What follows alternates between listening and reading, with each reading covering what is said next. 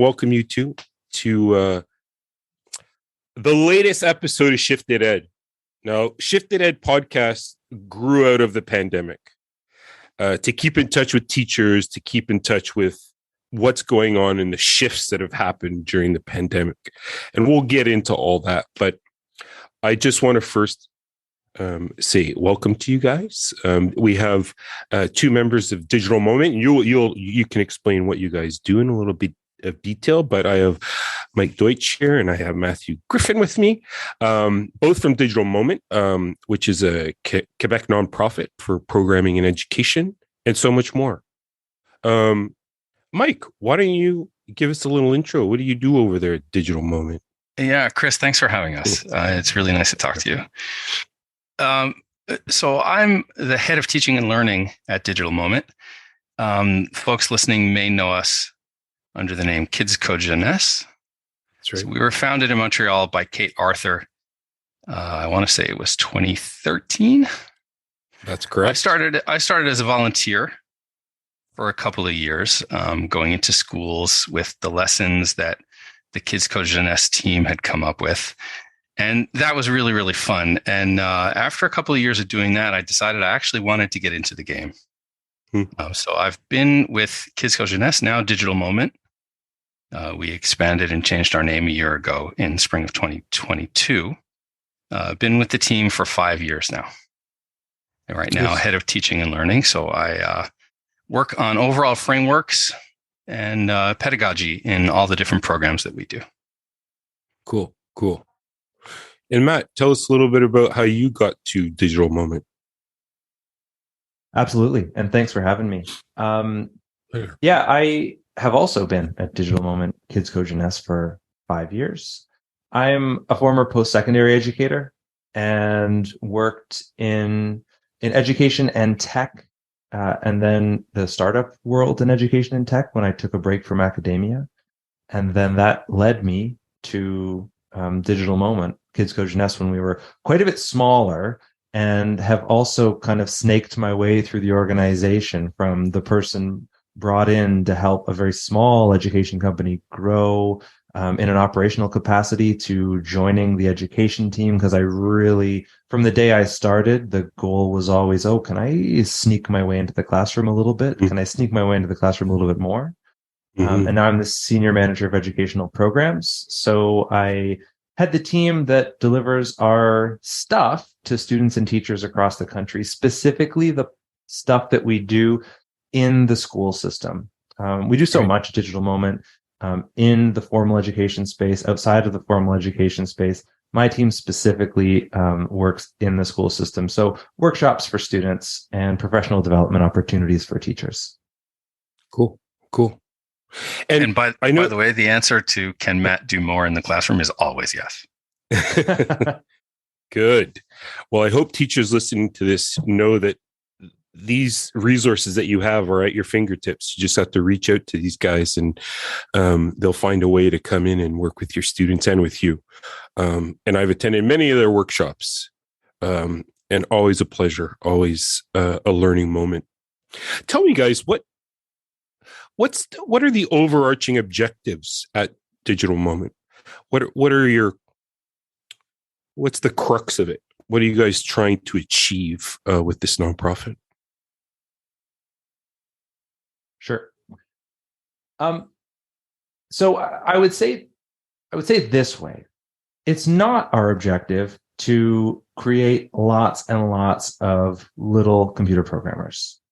Our mission is very much to engage with students across the country, students in Quebec specifically, on a level that allows them to think about and use technology in a useful way, in a thoughtful way, in an intentional way, so that they can grow up and be aware of both the benefits and perhaps the shortcomings of an increasingly technological world.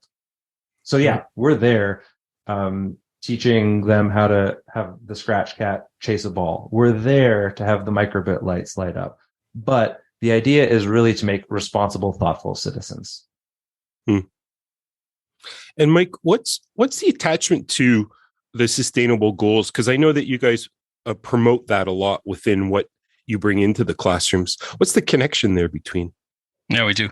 A lot of our in-class projects have something to do with the UN Sustainable Development Goals. You'll find a microbit to measure temperature kind of project, right? One of the classic projects, and other things like that.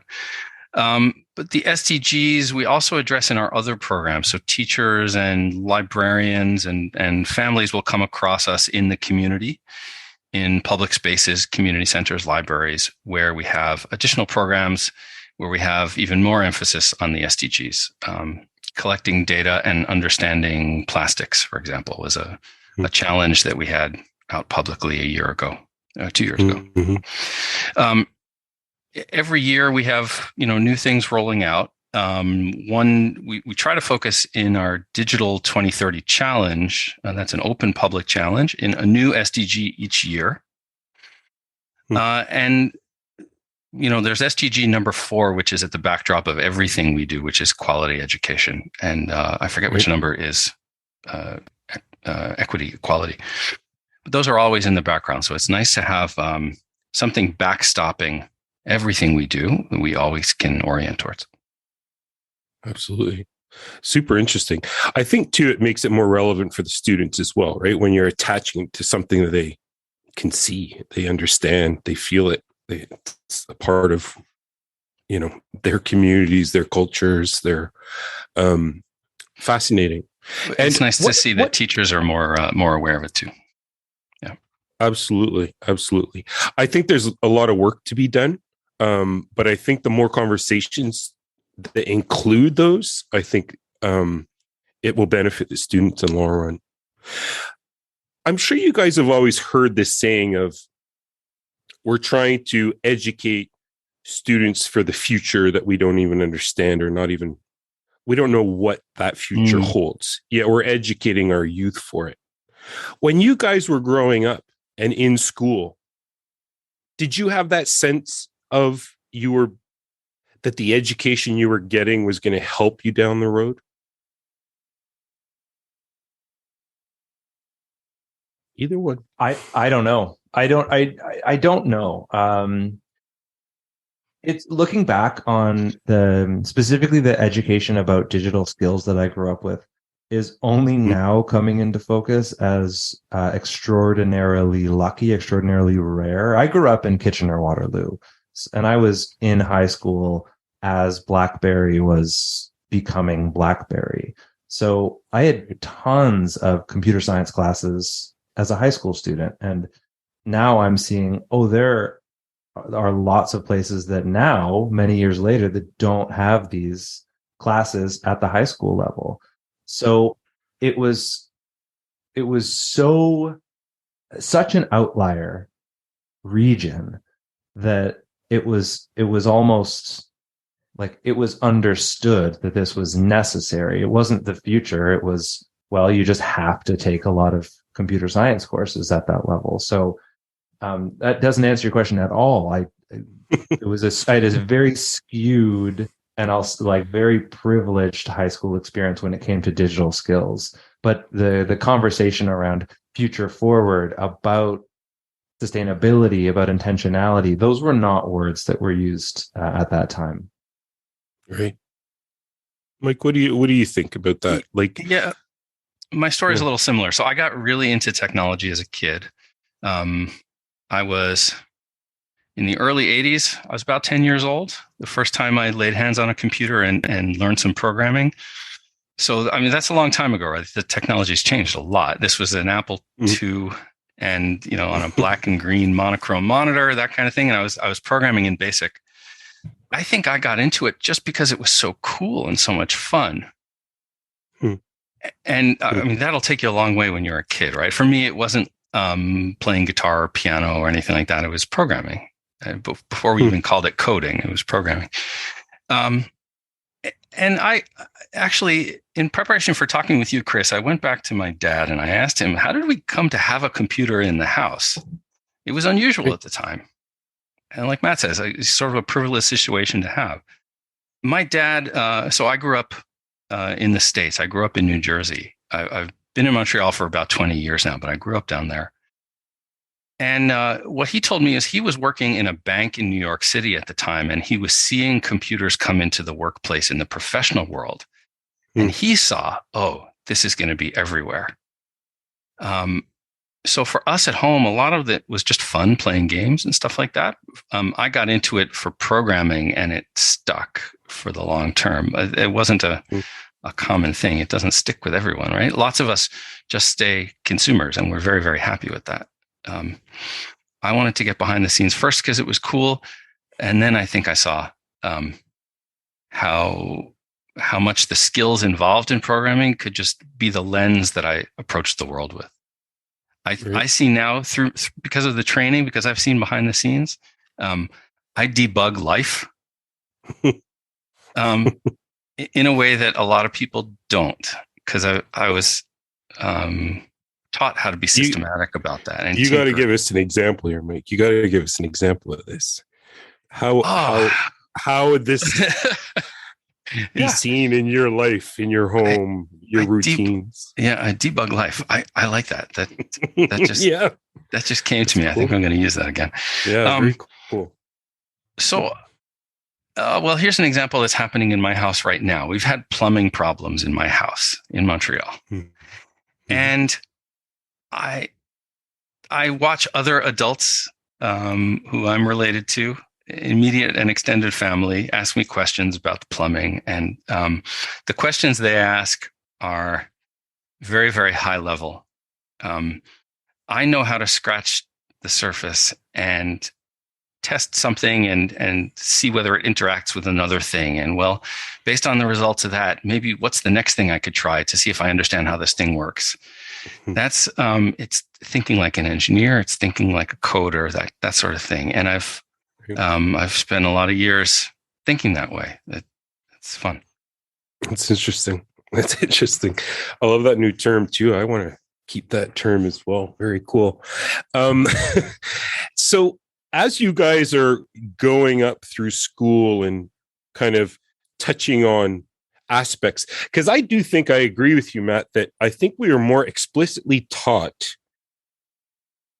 tech and programming and, all of that stuff more when we were growing up, as opposed to now where, I mean, it's almost assumed that the kids will just know it all. And I mean, I'm always surprised that, this idea of, they're digital natives. I would push on that a bit, because I think that it's very limited in what they can do, because they only have a certain lens, as you said, Mike, that they look through. Why do you think that there is less ed tech training in schools nowadays than there were back in our day when we were going to high school? First of all, I have to go back and see, is that true? Are there what's happening in Waterloo now? Right. Well, for example, here in Quebec, there are no coding courses, right? There might be an after-school program. There might be a lunch hour program. You got your Lego competitions, but I mean, it's not a class saying, right, this is important for our students to learn. Right. Why is that void?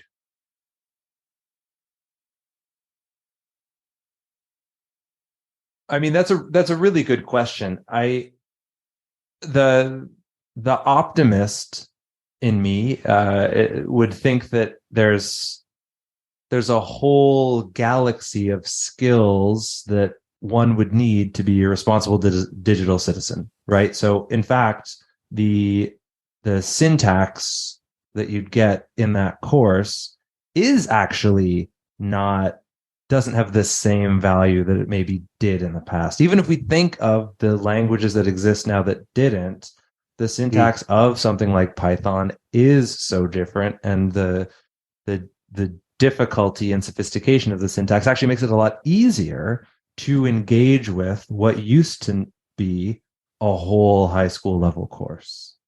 Right. The pessimist in me thinks maybe it was just forgotten along the way in the education system when you have to do so many different things. Maybe there weren't people to teach it. And if there's no if there isn't the expertise to teach it, then we'll know it gets written out of a curriculum.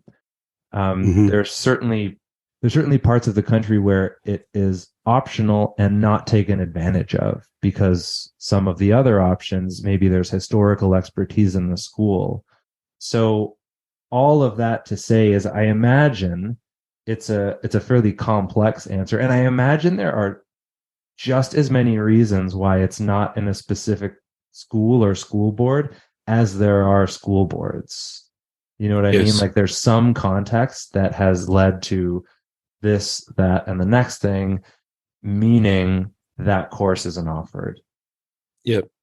I agree with you too. And I do see it as, I always hear this saying that it's everybody's job, but nobody's job. Right. And I think things like skill building, ed tech, I mean, these are all things that all teachers should be dabbling in, yet sometimes the capacity kind of holds those teachers back. Or it's Chris, I know you do work with university programs, right? Training young teachers, BEd programs, and we've done some too.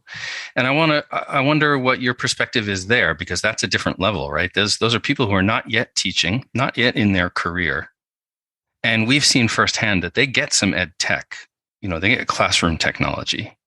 They get software to be used in the classroom, or apps. But they don't get a lot of coding and tinkering and bricolage, you might call it. What have you seen? We'll turn the table to you. Well, I mean, I've seen some great pockets of success, I think, where the focus is on students and what they are going to need for the future, so that when they're confronted with a problem, or that they have that imagination and those problem solving skills that they can employ. I often don't see the connection to a lot of the content that we are mandated to cover in high school. And it seems like that oftentimes the content we're pushed to, evaluate doesn't reflect where we're going. It's more of a reflection of 100 years ago and the system that was there, where we were just a part of the system. I've seen education and the world shift, particularly after this pandemic. Well, I mean, we're still in this pandemic. I keep saying, it's over, but no. I've noticed that it shifted a lot even over these last few years, where from the research and what I've been looking at, they're saying that kids are going to be much more independent, have their own businesses, have a skill that they're going to use, and they'll be able to decide their schedule, where they work, how much they work. That's where the workforce is moving towards. And if that is the case, if we're all training students to be the same cog, I don't know how it's going to fit into the future of that. That being said, I do think that there are some beautiful examples and occasions where kids are getting information that they really need for such a future that we just don't understand yet.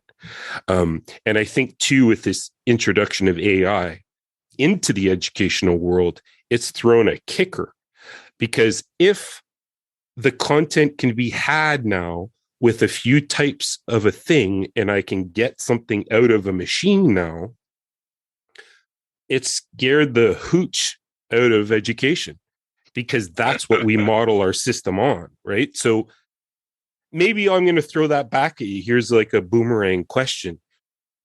Same question, Mike. Like if we're looking at empowering our students with skills so that they are able to adapt to whatever environment they face, how do you teach that? Oh, that's a good question. And how do you teach that is where I live, right? It's a question of pedagogy. What's your approach? And you and I have talked about that before, Chris, with your team.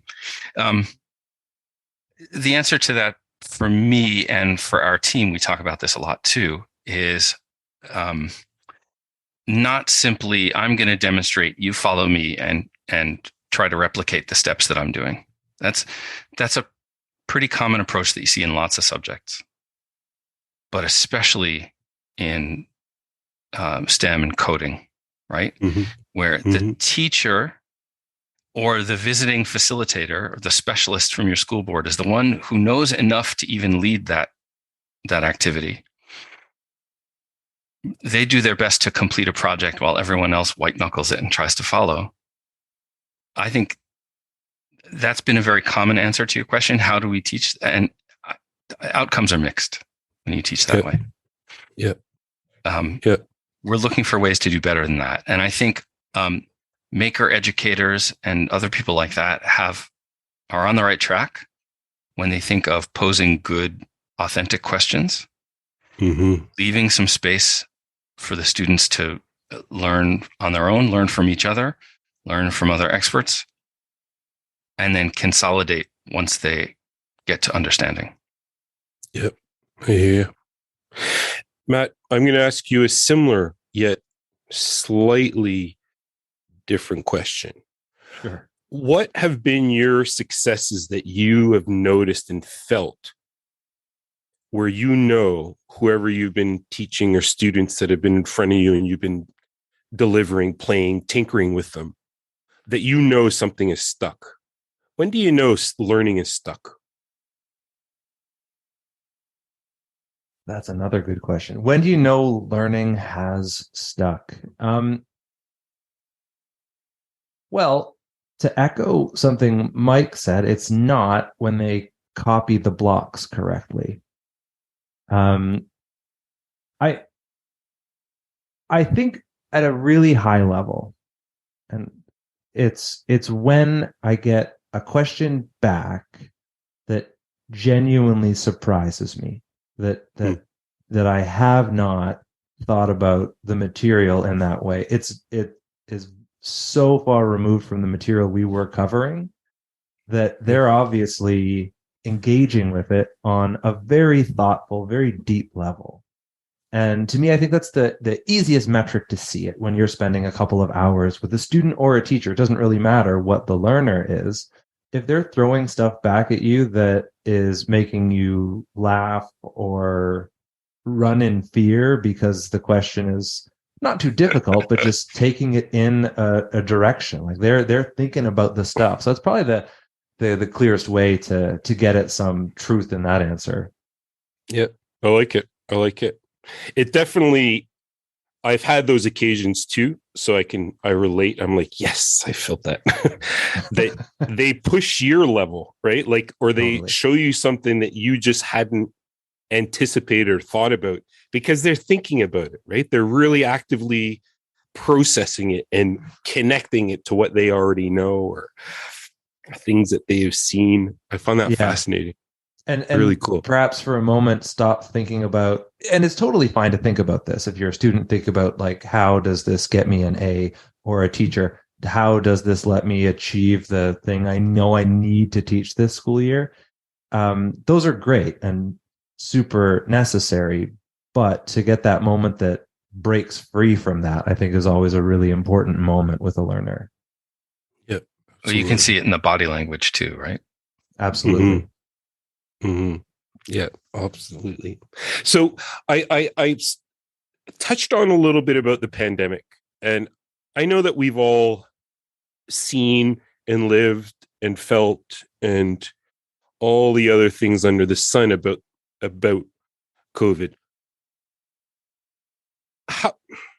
Where do you see it, how it changed education or not, and how it might help with the shift that education kind of is on or needs to get on? Where do you guys see the experiences that our kids have gone through? Some of them missing, 3 years of, well, not missing, but being at home for, 2 years of education. Do you guys see any changes and how that might be beneficial down the road? Yes. Matt, go ahead. Yes. Short answer, yeah. Tons of things. Can you give some examples? I'll start by saying some positive stuff, right? Because I think it's important to recognize that there's good stuff that came out of the challenges we faced. We faced a lot of very significant challenges together, and a few of those times when we were just duct taping a solution together, there was stuff that was really good that came out of it. For us, we're a Canadian charity that has limited resources. So we didn't have instructors available in every part of the country to go to every single classroom. What a shift to fully online sessions, virtual field trips, if you will, that shift meant now there is far more equity in availability of our services. We can go everywhere. And we developed some awesome relationships with school boards that we had no way of practically reaching before the pandemic. So that tells us something. What is going to change and we don't want to change back? That we want our comprehensive thing to be available virtually. And that doesn't say, like, I'm not saying to teachers, okay, well, we're never doing in-person stuff again. No, it's finding that balance between what is the stuff that we can make available. And I'm talking practically here, like it needs to be available. It needs to be financially responsible. We can't just go everywhere all the time. And then what are those really high value moments where we can bring people together in a physical space and do a type of learning that is very conducive to that. So I guess being really intentional about what constitutes a virtual learning experience, what makes that powerful and valuable beyond just it's available to everyone all the time. And then what necessitates in-person collective learning? What do we need to do when we have that time together? Is it thinking deeper? Is it actually messing with physical objects? So and especially this last year, as we, again, I agree with you. We're not done. We're not emerging from a pandemic, but as we begin to do more stuff synchronously and face to face, being very thoughtful as we can be about when it's valuable to our audience to do things like that. What do you think, Mike? Yeah, that's some more valuable things. Our team personally, but I know a lot of other people who instruct online, teachers, nonprofits, and others, have gotten better at teaching online. We this was a moment that the industry was waiting for. K-12 has just been on the cusp of, okay, how do we teach remotely? How do we do this? And we've been trying different methods. And here we've had this 3-year opportunity to really focus and iterate and see what works. So it's been tremendous for us. I think it's pushed us to refocus how we ask questions, how we give out projects in the space of a workshop. Once you've booked it, how do you run that workshop so that you can actually see what people are getting and what they're not? Right? Good formative assessment practices. I don't think we were as well practiced at that early on, but now we are. I'll also say that every time I talk to my extended family in other parts of Canada and in the US, I'm reminded how different the experience was for people in different places and at different grade levels. I'm an EMSB parent myself, so I had multiple kids going through elementary school and high school during the pandemic. I saw firsthand what that was like, little nieces and nephews. Boy, a kindergartner in the EMSB growing up as an Anglophone, maybe some listeners will relate, growing up as an Anglophone in a family where really English is the only spoken language, going to an immersion kindergarten where you're trying to learn French for the first time, but your teacher is wearing a mask all the time, all day. How are you supposed to acquire another language and socialize and everything else with a mask on where you can't see their articulation and all of that? Really, really difficult. But you know what? My kids didn't deal with that. My kids were a little older than that, were already in French immersion several years in. And so that particular problem they didn't have. And on, there's little pockets of people who experience things very, very differently. Sure. Our kids were in school face to face the whole time with safety measures in place. Mhm. And they benefited from that, but they also benefited in ways that kids in other jurisdictions didn't. Had to stay home for a year or more. Yeah. It's tough. Excellent examples, guys. Like I echo both what you both mentioned. I do find that it opened the doors for online learning. Finally, I mean, it's been coming, and I mean, education is of all things never fast. It's a slow grind that gets us there, but I do think it opened up a whole bunch of opportunities that we didn't have the option of doing before then. So it definitely shifted things. And yeah, I mean, I think that we've learned how to cope with COVID. I mean, we have tools that are more up to date. We have our health, sanitation kind of skills have sharpened. And I was thinking about that. And I was also thinking of how I think that the similar kinds of things in schools have started to change as well, where we've just become more aware of them through having to go through those kinds of experiences like that, where we take less for granted, I find. What's an example of that?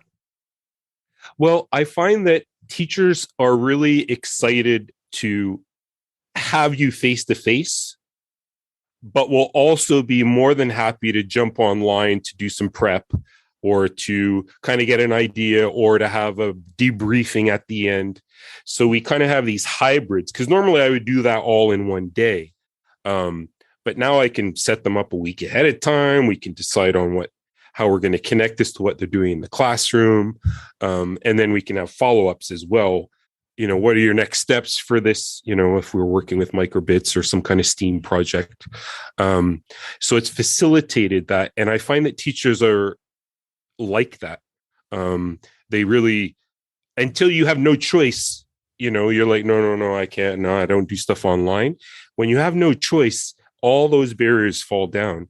And then there's, like Matt was saying, there's no going back, right? You can't go backwards from the accessibility and the equity that you had before then.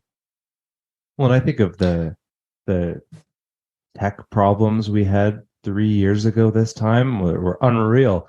It's like we should all be giving ourselves a pat on the back, like how good we've gotten at all of this stuff.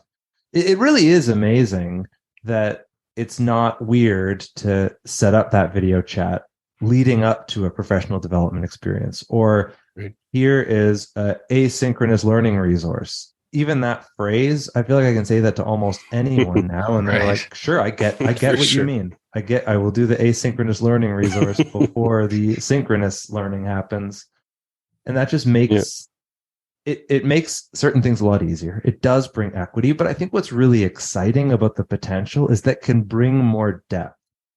Those first steps that used to take an hour or a day or a week, or, you know, the coding fundamentals, there's now a world of resources that people can do before joining a room together. Yep. So it, you know, again, that's the optimist. That's the utopia I dream of. It's obviously not that, but like there's a lot of potential. Absolutely. That's cool. I love that. So as we kind of draw to a close here, guys, let's get down to some brass tacks a bit. So digital moment, like I'm a teacher. I'm wanting something new. I want to bring more tech in. I'm not completely comfortable with a lot of the technology that's out there. You know, I know my basics. I know how to do my mail, my Word, my PowerPoints, but I want my kids to have more.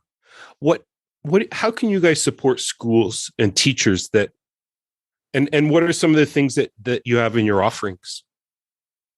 Well, I think the easiest way is we actually have our classroom workshops set up almost as a self-serve resource on our website. We mentioned we're Digital Moment now. The Kids Code Jeunesse website, kidscodejeunesse.org or kcj.org, has a page for teachers, and you can book a classroom workshop. Now, as we were just saying, these are by and large virtual workshops. You can book a virtual session with one of our instructors as you like. These are the sessions that are a great introduction to these fundamental coding concepts.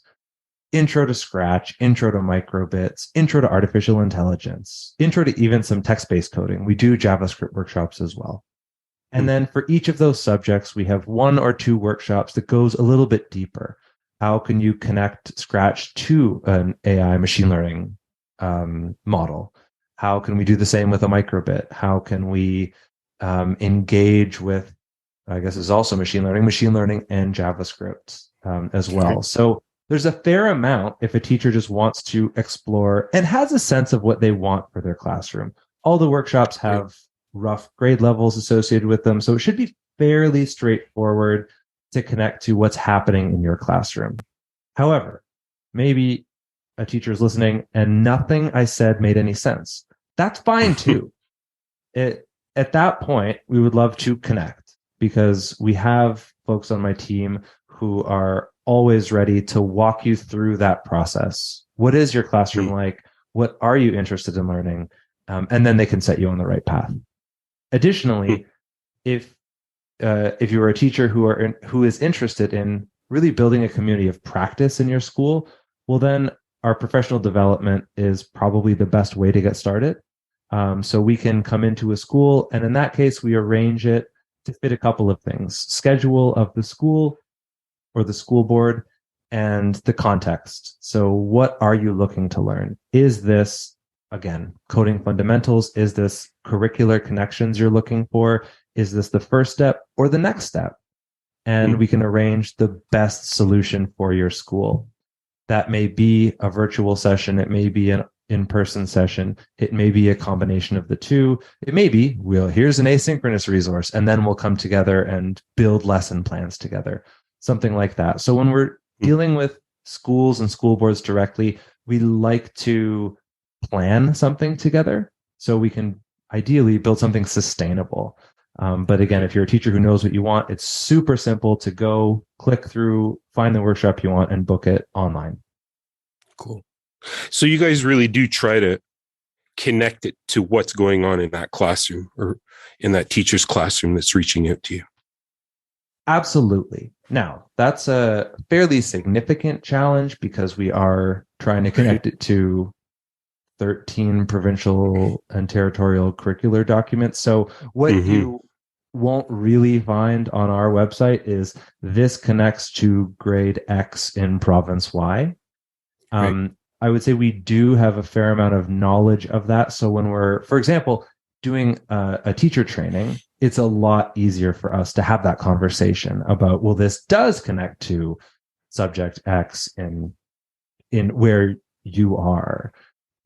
Especially in a place like Quebec, a huge percentage of our team is located here. We have a lot of experience planning and delivering work in Quebec schools, and have a lot of expertise dealing with and building workshops for the Quebec curriculum. So it's something that we do, even if it's hard to see on the website when it comes to delivering and making that plan.